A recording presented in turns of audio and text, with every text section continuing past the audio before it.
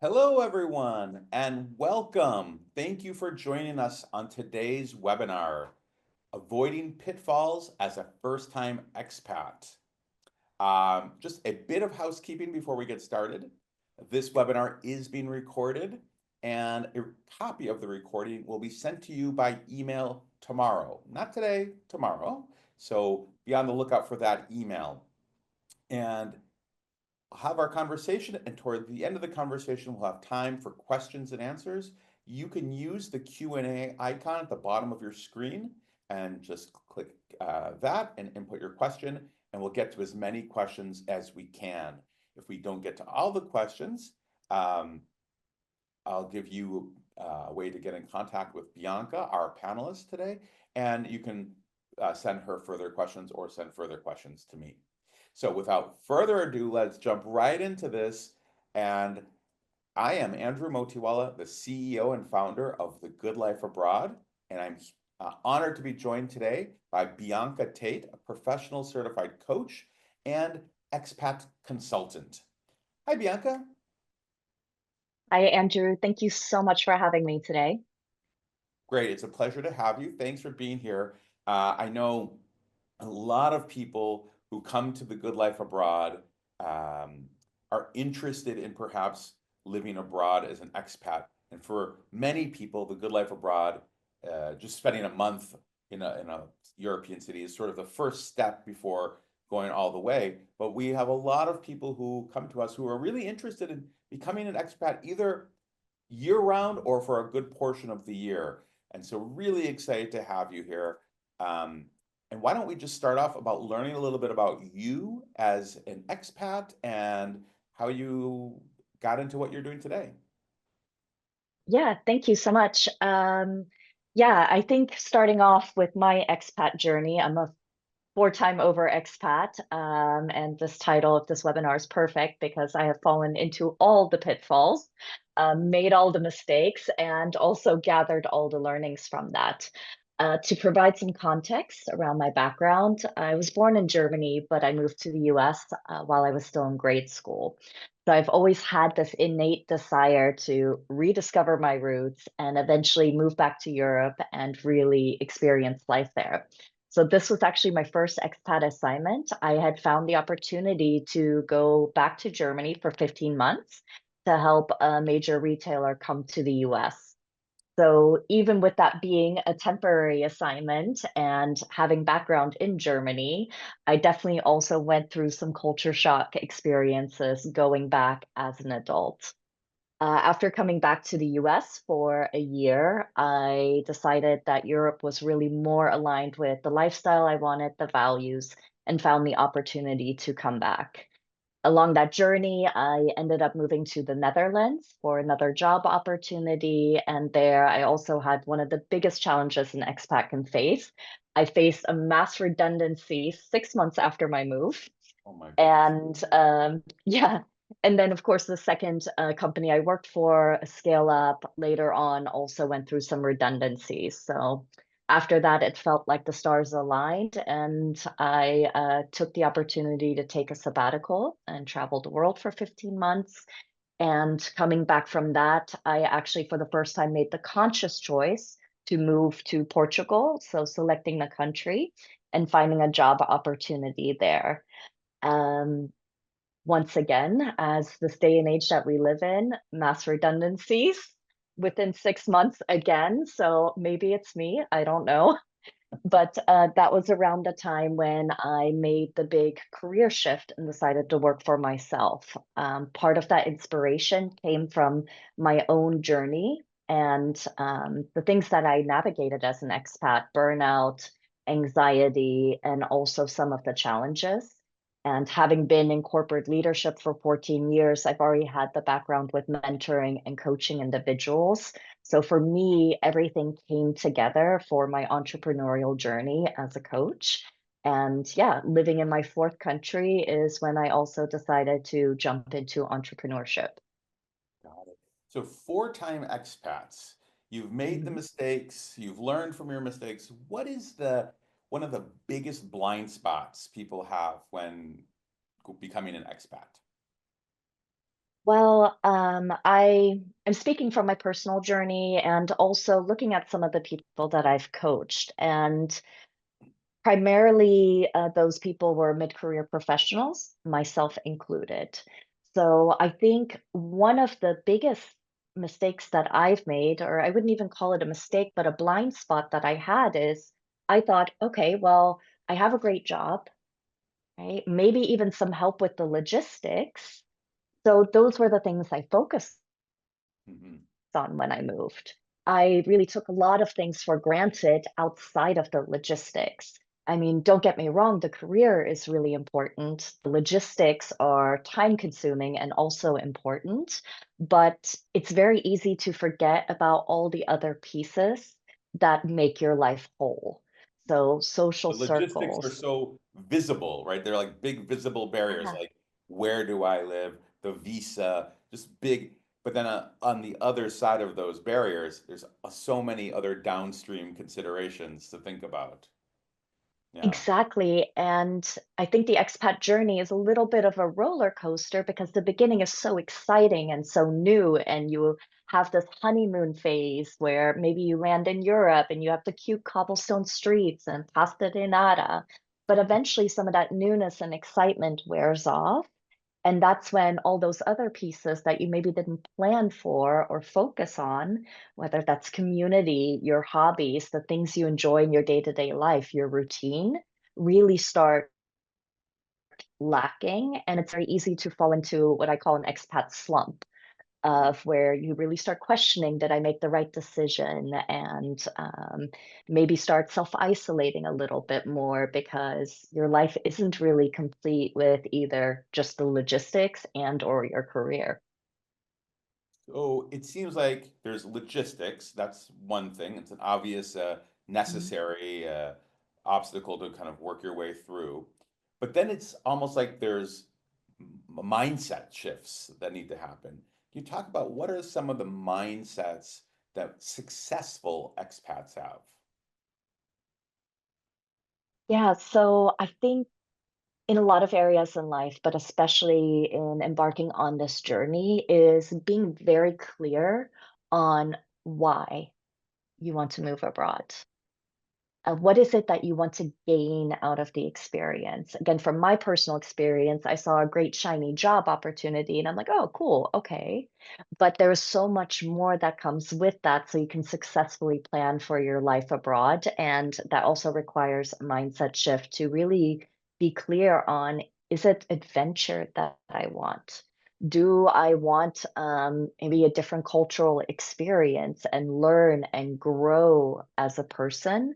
I think that is one big mindset shift that you need, but also preparing for some of the downsides Hmm. that you still take yourself with you. It sounds very cliche, but I think a lot of people see a move abroad as a brand new opportunity, a fresh start. And in a lot of ways, it can be.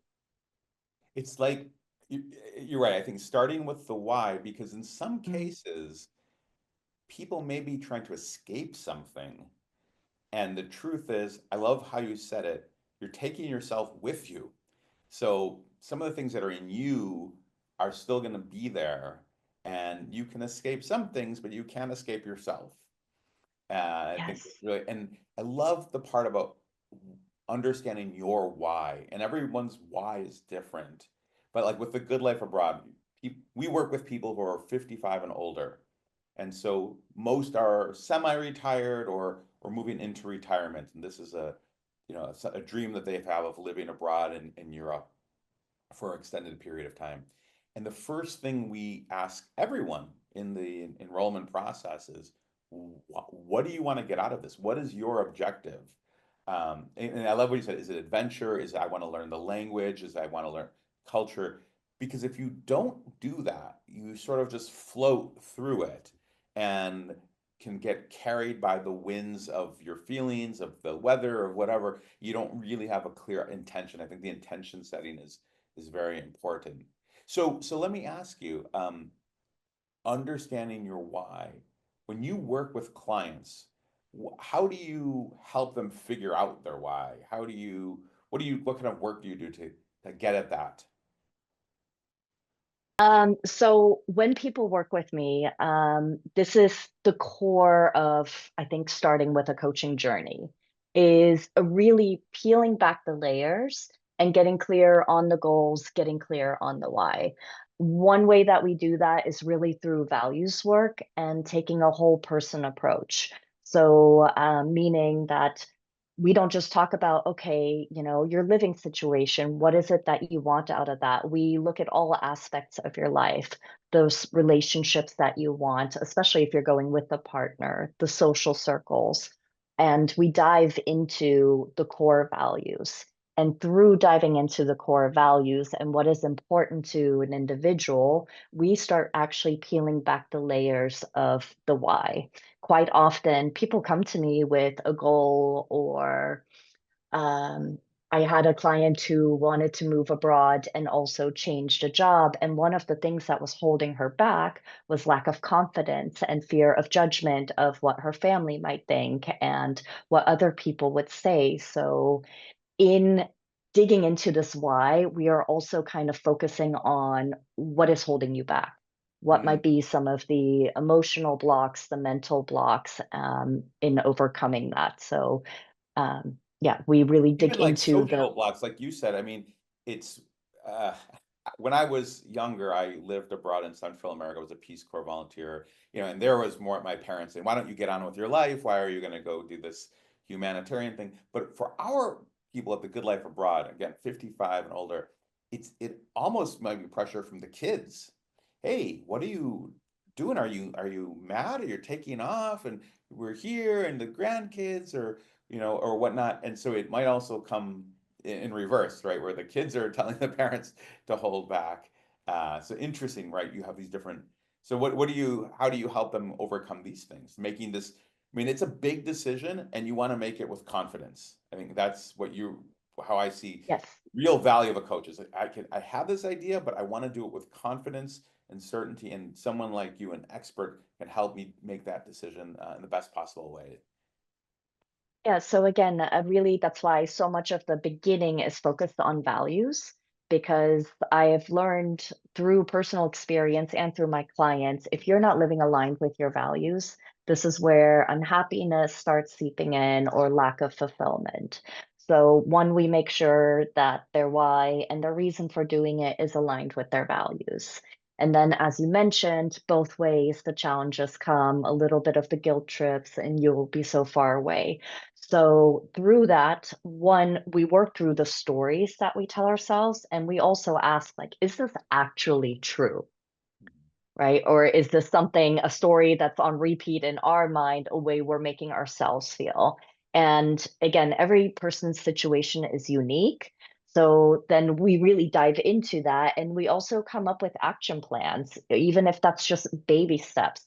How do we introduce this idea? How do we communicate this idea? What is the best way to go about it? How do you prepare to react to certain reactions?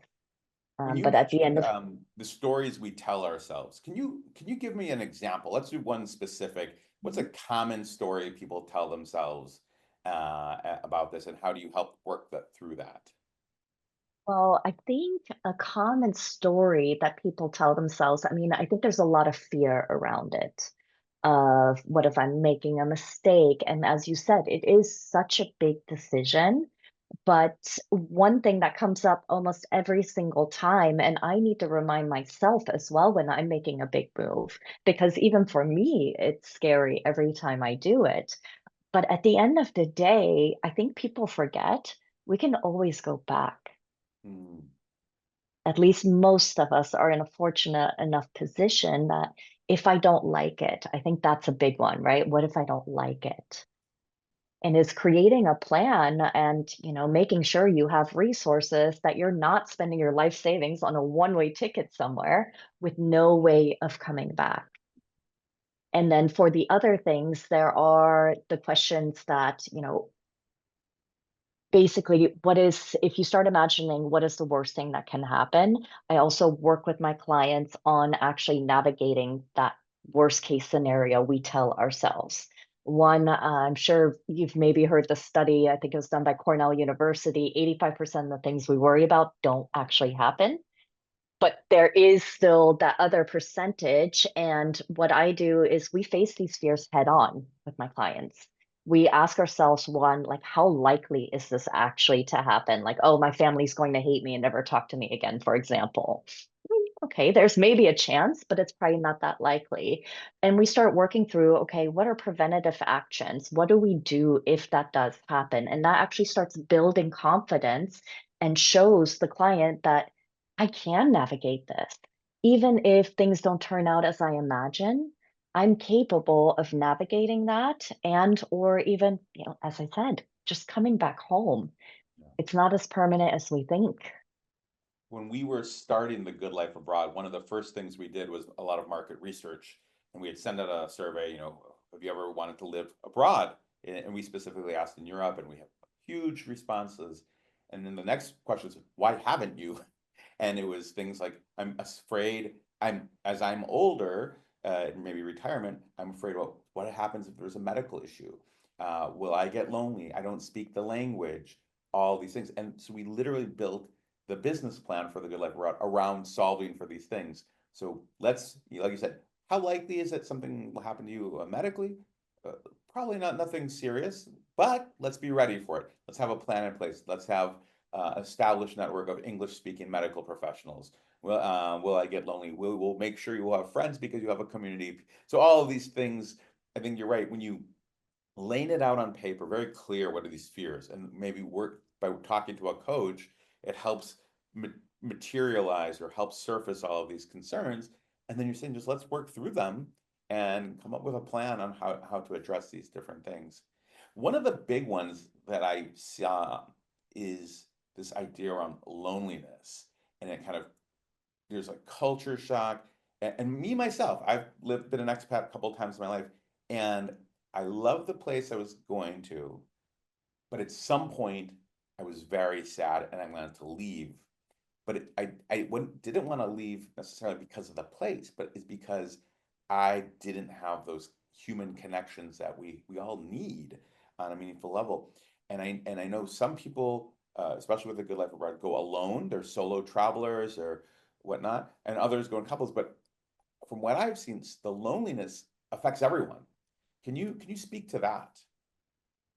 Yeah, I think there's a couple of things I would love to say about this. One is it's not all rainbows and sunshine. There are ups and downs on this journey, and loneliness, I think, is almost a natural part of the process that I have experienced, you yourself have experienced. And I think the first thing is also being aware of some of the emotions and feelings you might experience along this journey and accepting that this is a normal part of the process, but also having tools to navigate that. So whether that's tools such as meditation or yoga, using it as an opportunity to really connect with yourself and, yeah, what is it that you want out of this phase of your life? But most of all, I think just preparation is a key part. I mean, we live in such a great day and age where you can reach out to anyone in the world, and there's so many great communities popping up for expats. But again, going back to also having this holistic view, preparing for your life abroad with hobbies that you were interested in now to make sure you already find that local yoga studio in your new place that you're going to, or connect with the Facebook groups. But I would say, really, even if it's uncomfortable, putting yourself out there and finding community is just a key to navigating that. I love what you're saying is it's not, oh, I hope the loneliness doesn't happen to me. No, the loneliness will happen to you. This Yes. is part of the deal. This is part of the package. But so let's start thinking about it up front and thinking about how can we take very clear steps. And the thing you said, in your example, the yoga studio, but it's from what I've seen, it's any sort of repeated, meaningful engagement, right? It's one thing to go to the yoga studio once or to the local cafe once, any tourist passing through stops at that cafe. And this is something I tell people who are part of the Good Life Abroad. You're there for at least a month. Go to the same cafe over and over. And that repeated engagement is what fosters connection and fosters trust. And if you're at the same yoga studio or the same gym, they'll get to know you and maybe strike up a conversation. And then one thing leads to another. And perhaps suddenly you're getting a coffee together and maybe you get invited to some activity or whatnot. And but you can't get that repeated, sustained engagement if you don't put yourself out there. So I think this is really a key thing to kind of build into your roadmap or your game plan for being an expat. And you actually bring up a really good point, and this is something that's also very easily overlooked, is the importance of routine. Mm, We take our routines for granted typically, right? We have our local bakery, our grocery store, the route we go to work, whatever the case is, the same places that we go. And this is one tip I always give people that are moving for the first time is try to establish your routine as early as possible. And it definitely helps combat the loneliness as well, because you start seeing those familiar faces, even if it is at the checkout in your grocery store. I love that. I love that's very a practical. It's a very practical tip. Let's dive into some very practical tips that we can give our viewers to kind of take away with them. I love that. So establish your routine. That's a great one.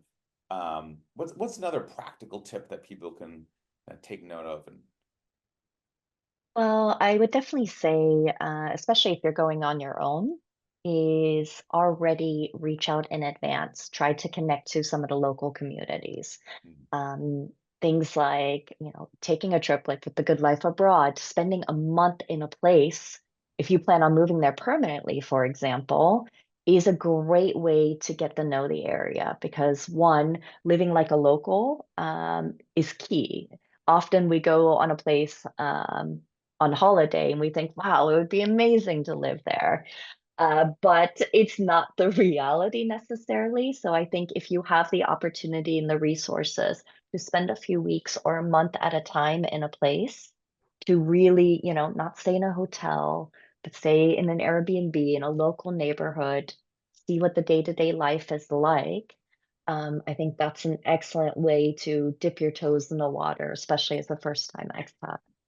yeah, I should of course promote the fact that Good Life Abroad is a great first step, but for very specific reasons, right?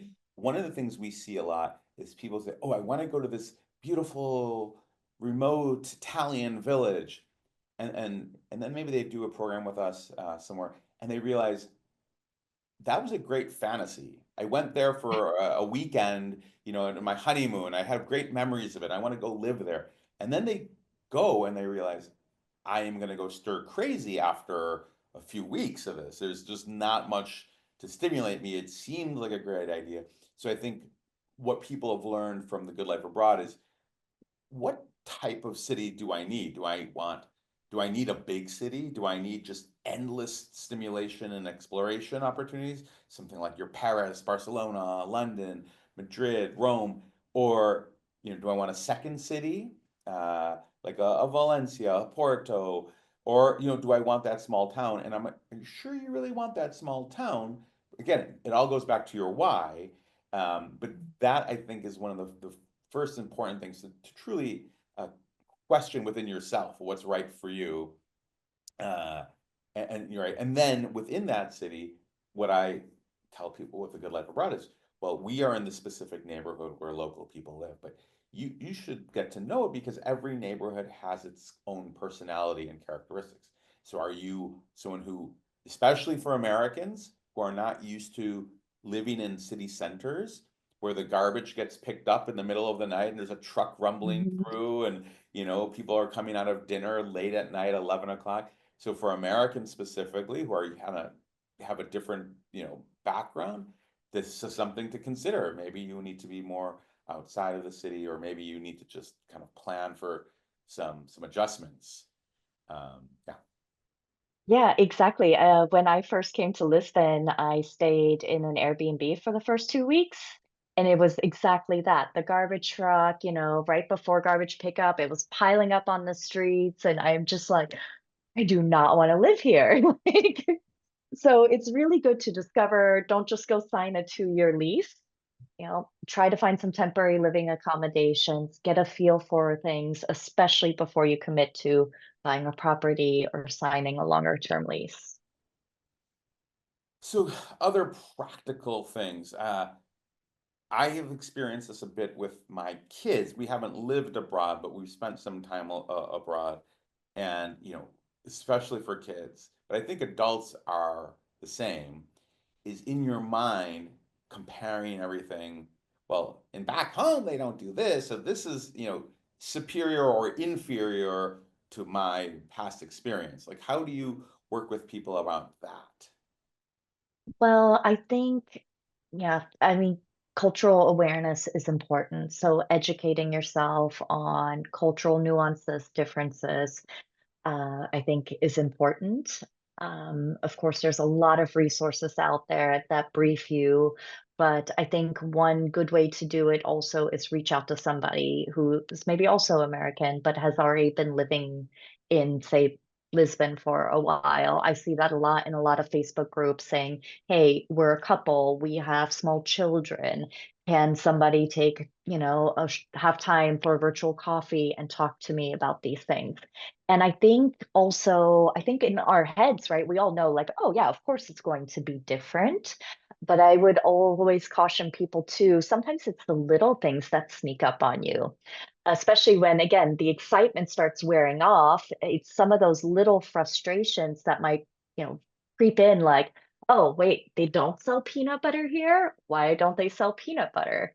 Or, going to a Lidl in Germany, and instead of a cashier smiling at you and greeting you and chit-chatting, they're just slamming your products down the conveyor belt. And they're not even So I putting it in the bag for you. It's like you gotta. exactly, yeah, you have to have your own bag or buy the bag, right? So it's important to be, you're not going to know everything to expect, but it's important that in those moments of frustration to remind yourself like it's not wrong, it's just different. And I think having an open mindset and being willing to adapt and also recognize that, yeah, it's normal to have some frustration surface is an important process. So I think a lot of mindset work before moving is important. So, yeah. Yeah, I want to pull, you said a couple things that are, again, very practical tips I want our people to Mm, take away. So one is, I'm paraphrasing now, is withholding judgment. It's different, right? But it's not yeah. better or worse. It's different. And it seems like if you were always in your mind going, oh, this is worse, it can actually bring yourself down, right? And it's different. Right now, it's frustrating. In next month, after doing this will become normal to me, right? And so not putting value judgments on things and sort of just acknowledging them as different is really good. And the other thing you said, I cannot emphasize this enough. The value, maybe one of the only great things that come out of social media are these groups of people where you can connect with other people going through what you went through, like the expat groups on Facebook or on Reddit. And then eventually I've even seen WhatsApp groups being created to help connect people. And I think this ties into something else, which again, practical tip, build your support network, right? Building Yeah. that support network. And so when that loneliness kicks in or that frustration with the darn bagger at the grocery store, or the lack of bagger, whatever that is, and then being able to talk to people who've been there and done that, being part of your safety network, your support network, helping you get through that period. I think it's super important. Can you add just a little, any other thoughts about building one's support network in a place? Well, I think this goes back to what I was saying earlier is think about what you're enjoying about your life now. Could be book club, as I said, your yoga class, brunch with friends. And I think finding communities where you can enjoy those same hobbies early on, because again, it's easy to forget about those things in the beginning and say, oh, well, once I'm settled, I'll start incorporating that. So I think having that is really important, and I think that's also a great way to also start integrating with some local people, because then you're not just with the expat community. Mm, For example, I go bouldering and indoor rock climbing, and I've made a lot of Portuguese friends that way because one, it's a social sport, right? So you meet people at the gym or outdoors, but it's also a mix between expats and local people, and this was a great way for me to also better understand some of the local or cultural nuances mm, and build a network of local friends to be like, wait, and I'd be comfortable enough to be like, is this normal? Is this what you guys do here? Or did I react the right way here? Or how do I understand this situation? So I think that's a really good practical tip, is finding activities that are blended with locals as well. yeah. It's so funny. I see something very similar with the Good Life Abroad. People are usually coming for 1 month to live in one of these cities. Mhm. But it's one of the questions I get before they come is, wait, I'm I'm used to visiting a European city for a few days, maybe a week. A month? What am I gonna do with myself for a month? Because they have this tourist mindset on it at that point. Yeah. And I say, you do the same things you do at home, but in a different cultural context. And that is a very different experience. You're taking off your tourist hat and you're Mhm. putting on the local hat and saying, okay, well, for example, I like going to the gym, I like swimming, I like cycling, and I cook. So I'm going to the grocery store. These are things I would do at home, but doing them there puts you in contact with local people. You make these connections. You meet other swimmers who now suddenly we have shared interests with local people, and that starts to form friendship. That's the base of friendship is shared interests and then repeated sustained engagement. Um, I think that's great. And we see it then when they arrive in country, it's a lot of excitement because they're here finally, and they start out in tourist mode and they're go go go go go go go, and then at the end of the first week, Andrew, hey, I don't know if I could stay here for a month. I can't keep eating all these meals and going to all these museums. I'm tired.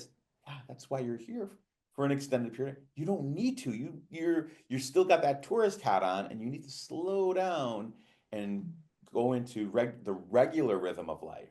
And that's really the beauty, I think, of living abroad, is to discover a whole other rhythm of life, a whole other way of being. And then when you come home, if you do come home, you realize that this is one way of being here in the US, my life, but there's other ways of doing it. Maybe I can pick and choose things that I want to incorporate in my life back in the North America, for example.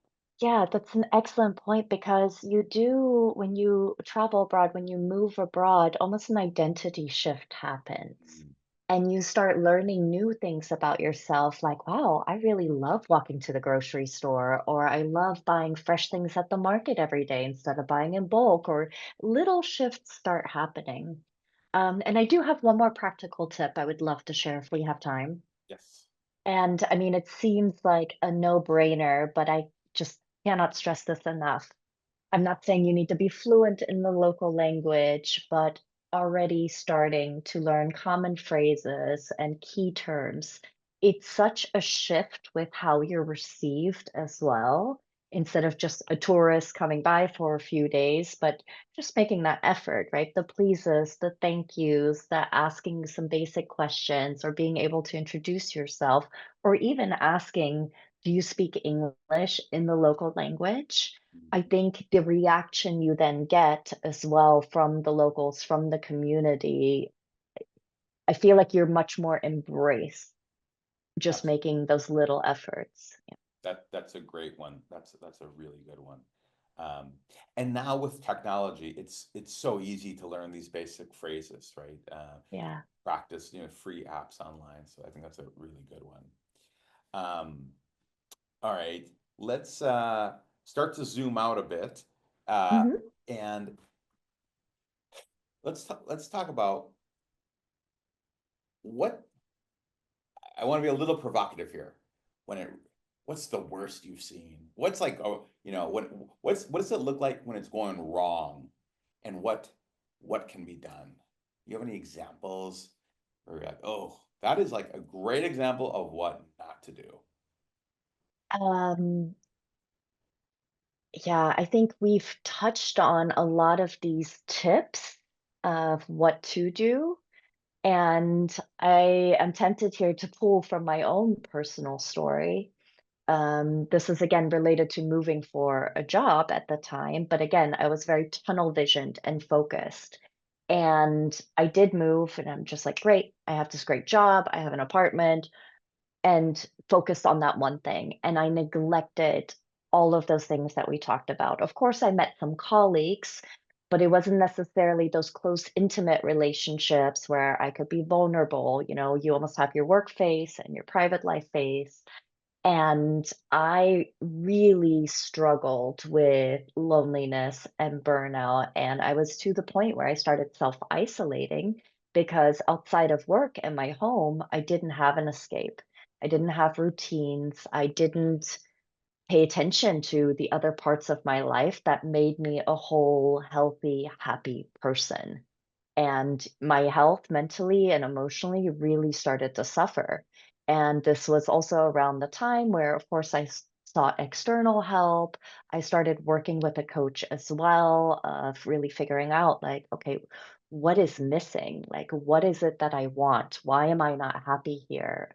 And I think everything we discussed just now, like incorporating that early on and having that holistic mindset, so to say, makes a big difference because it's, yeah, very easy to forget about those other things. And it sounded like you were very aware and you sought help to work through that. And I'll say, just from my experience of being around the world, most of my adult life, you see a lot of expats where it's gone wrong, and who will often, because it's stressful, right? It is a stressful experience. These are stressors we're putting onto ourselves. So we're going different language, different cultural context, different way of doing things. These are stressors. And just like anytime one is stressed, some people resort to stress eating or binge Mhm. drinking, and because it's easy and it actually feels good in the moment, right? And so, I mean, if people have lived around the world, say, oh, they know that expat, he's glued to the bar stool and he's just drinking his years away. And Mm, he's kind of that kind of bitter, jaded, but it's the great example of it going, I think, off the rails, and people yeah. not trying to get that help and doing what could be construed as antisocial behavior to deal with all that stress instead of working through it and coming out on the other side. So I think maybe for people just to be aware, watching how their body is reacting to that stress. Yeah, no, it's very important. For me, I just dove into work. I overworked. I would go home, I would binge watch Netflix, and then boom, no social life. Imagine that. How did that happen? So, yeah, it's definitely can lead to unhealthy coping mechanisms, and it's just very important to just ask for help. And that's why it's, I think, also very important to reach out to other expats before you embark on this journey. So you also understand what are maybe some of the not ideal situations of this country. How can you prepare? And yeah, build that support network early on, especially if people who relate, because quite often calling friends and family back home is fantastic, but I've seen that it's difficult for them to maybe relate. How many times I heard in the beginning, again, I was laid off after moving to Portugal and big stressors, right? And, but people would be like, well, you're in Portugal though. Like everything should be wonderful. You have pascha de nada and the beach. So it was very hard for people that were stuck in cold, wintry Germany, for example, to try and sympathize and relate with what I was going through, whereas other expats could. Mm, That's great.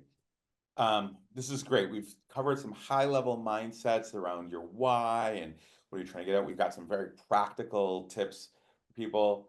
And through there, you mentioned your own work with a coach and now your work as a coach. Yes. So maybe just tell us a little bit about this coaching and like, so who do you work with exactly? And like, what's the ideal client?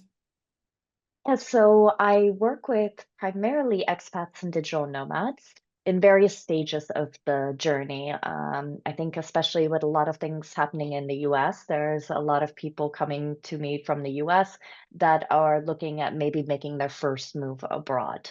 So there's a lot of fear around it. There's a lot of concern, as you said, pressure from family, even looking at career options. So it's a lot of big things.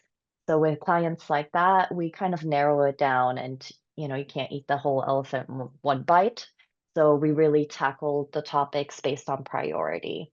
And then I also work with current expats that are either in that 6-month slump, questioning like, what did I do? Did I make the right move? I think I made a mistake. And those that are maybe considering moving to their fifth country. But at the end of the day, it's people that are ready to make a big transition, but are maybe not 100% certain about it, or they know they're going to make it, but there's a lot of fear and worry and concern. So high level expats at the beginning of their journey, mid-transition, but that I know are going to make a change or want to make a change, but also feel a lot of fear and resistance. So together we again dive into the values, the why, get a holistic picture of what they want their life to look like. And then together we co-create action plans to get them there. And throughout that journey, of course, work through some of the roadblocks and potential blind spots that they may have to ensure that this journey is as smooth as possible and they reach their end goal.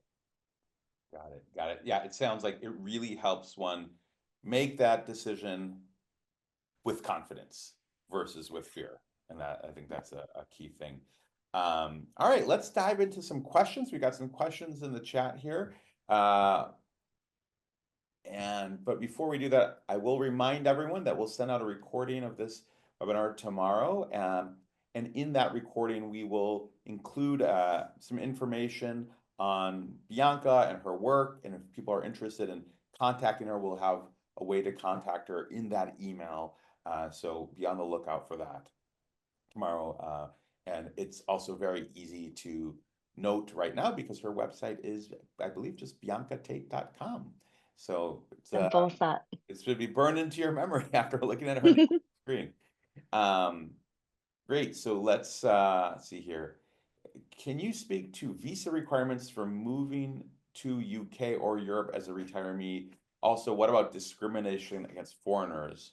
I don't know if you could speak to the visa thing. If you can, great. But sort of discrimination towards foreigners and feeling like being an outsider. On the visa side, that is something I stay hands off on, but I do partner with many amazing companies that support, um, yeah, mostly Americans that are moving abroad and really work through the immigration services. So always happy to give a referral there, but that could be a very complicated topic, and basically that would need my full-time focus to become an expert on that. So unfortunately, I cannot speak to that, but I'm always happy to give recommendations. And discrimination against foreigners. I think right now there is, of course, a housing crisis in a lot of cities.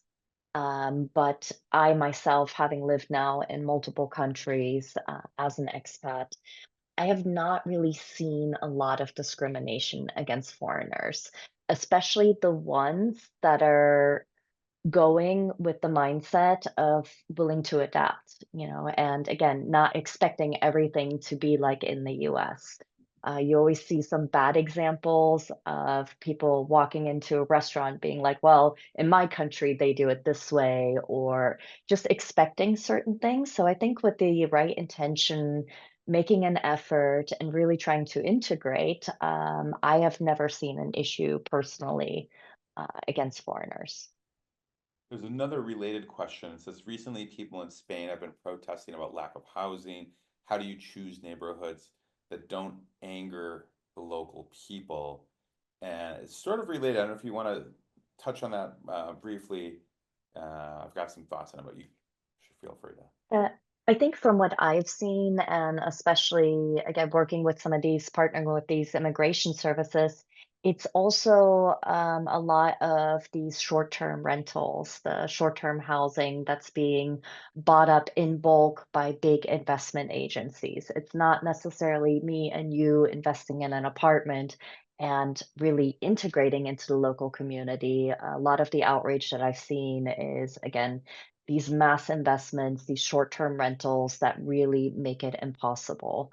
There is, like I said, a housing crisis going on everywhere right now, but again, I don't really see the blame coming to, people saying, "Oh, well, it's people like you, and you're causing the problem in this country." I I'm mean, curious to hear your specifically in thoughts. Spain, what we've seen is a lot more of the resentment towards just short-term tourists. Because Mm, if you think about it, you live in a neighborhood, you've maybe lived in this neighborhood for generations. It's a historic neighborhood, so it's in the city center. And one day you wake up and you find that basically half of the population here are tourists coming in for 2 days or 3 days.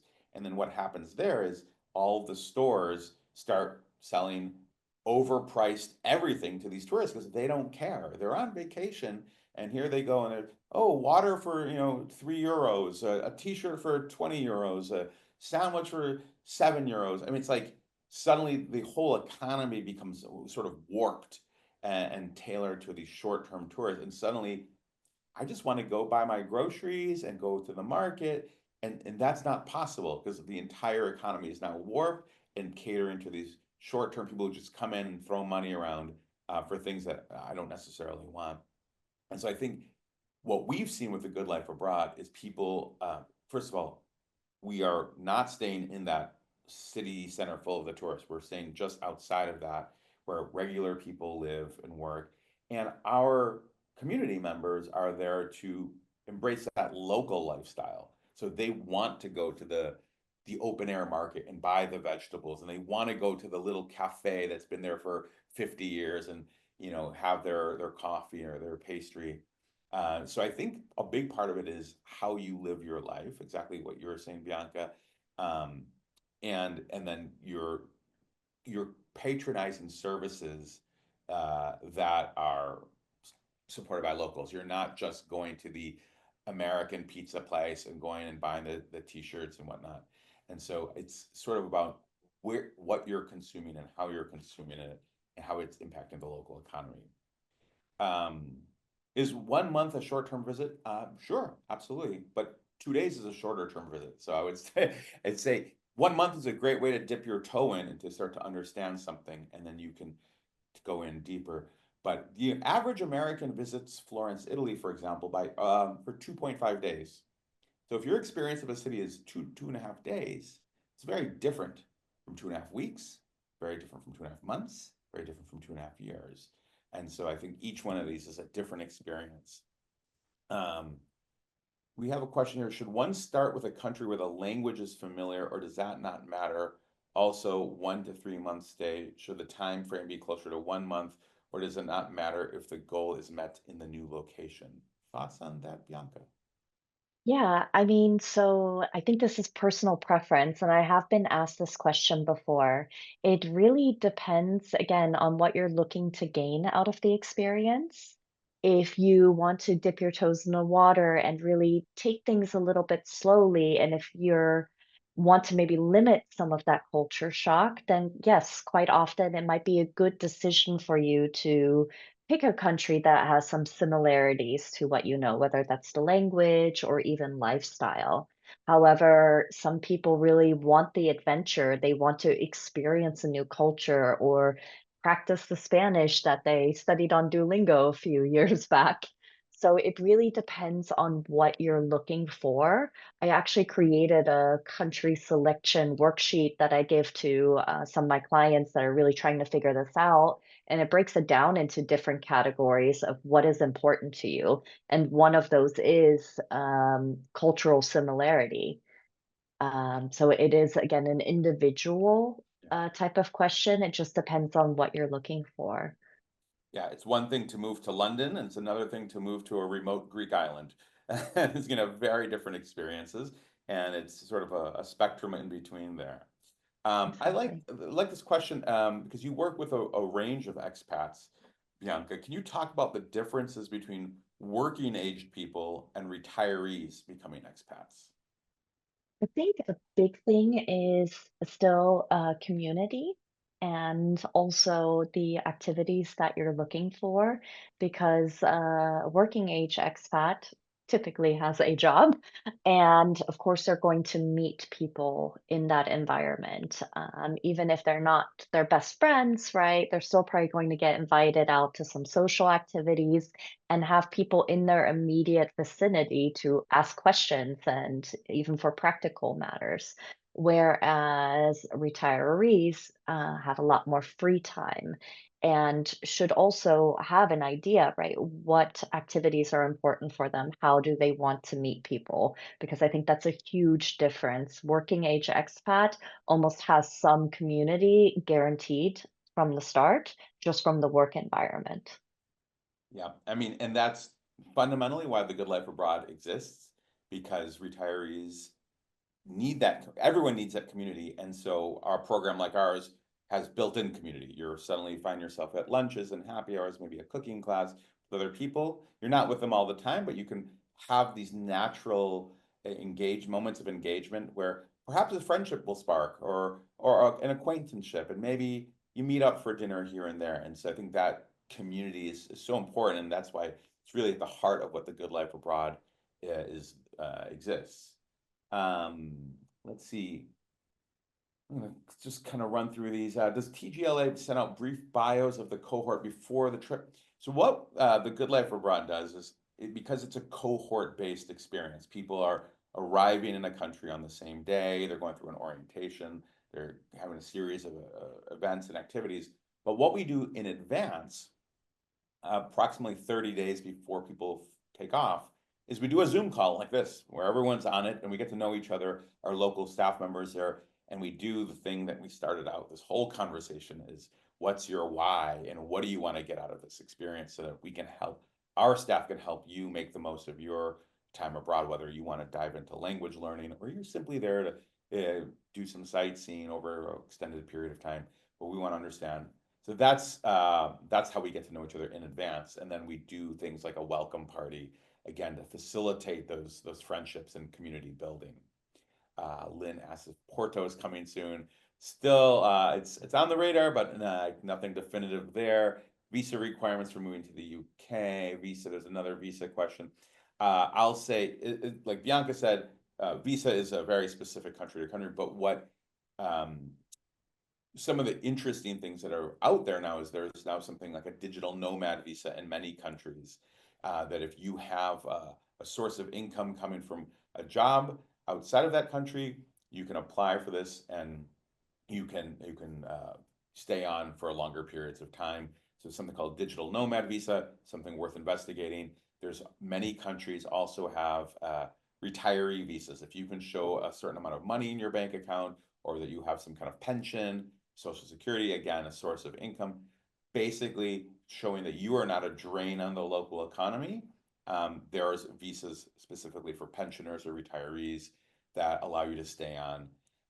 In all of these cities, in all these countries, there are specifically relocation agencies or lawyers who focus on these things, that can help you process these visas. Some are easier to get than others. But in all cases, you can start your journey just as a tourist, and an American stay in the EU for up to 90 days during a 180-day period. So you can go and get started and kind of get a sense of the neighborhoods and the town and the city and the country. And then you say, look, I want to stay here. I really like this. Maybe you're on a Good Life Abroad program. And then you can connect with local relocation agencies or lawyers that can help you with these things. And you can start the process. But I believe you can actually be there to kick off the process. Um, and then you would transition your visa to a different sort of visa to stay on legally. Um, Great, we're at time right now, and so if there's any other questions you have for Bianca, as I mentioned, you'll get an email, or you can visit her website, biancatate.com. In the email tomorrow, we'll have the recording of today's webinar, but also, Bianca, you're going to include some freebies and some goodies for our folks in there as well. Can you tell us a little bit more? Yeah, you'll find the link in the email, and that'll either connect you to me. So I offer a free 30-minute introductory call for anybody who is interested in learning more about how coaching can help them make a decision or best prepare and really understand what coaching is and get to know me, ask questions. So that's absolutely free. And I've also included a link to a guidebook, Fearless Decision Making. So again, if there's that burning question, that burning decision, that desire to move abroad, but you feel all these what ifs and worries come up, this guidebook will also walk you through making that decision and addressing some of those fears head on. So I just really hope that provides value and helps those that are on the fence of making that big decision. Great. And if you have questions about the Good Life Abroad, you can direct those to our team by email, info@thegoodlifeabroad. There's some questions here. The price is per person. We do have connections to language classes, and we socialize with the group about 3 times a week. We have activities, and we do add new countries and new cities all the time. So be on the lookout. Thank you again, Bianca. I appreciate it. To all our viewers, be on the lookout for some free resources from Bianca coming your way tomorrow by email. And good luck to all of you out there who are on your expat journey, and you deserve the good life. Thank you. Thank you.